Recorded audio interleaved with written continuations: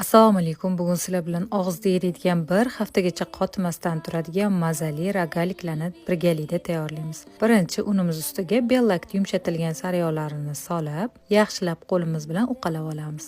Ustiga smetana, 2 dona tuxum sarig'ini solib, xamir qoramiz.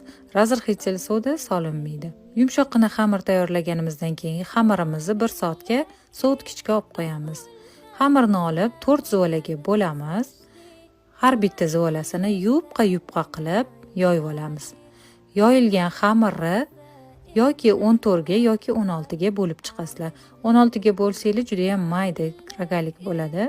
Nachinkasi xohishga qarab yong'oq yoki magizli bo'lishi mumkin, faqat quruq nachinka bo'lishi shart. Men go'gal shirinligini nachinkasidan foydalandim. Retseptni opisaniyada yozib qoldiraman. Rogaliklarni tugaganimizdan keyin listga qo'yib 20 minut tillarang bo'lgunicha pishirib olamiz. Mana rogaliklar tayyor. Endi buni issiqligida olib, qand upasiga yaxshilab belab olamiz. Xuddi shu usulda tayyorlasanglar, hammasi bir xil bo'lib chiqadi. Juda ham mazali, og'izda eriydigan, maza sozlarda qoladigan rogalikimiz tayyor. Albatta sizlar ham tayyorlab ko'ringlar. Yoqimli ishtaha.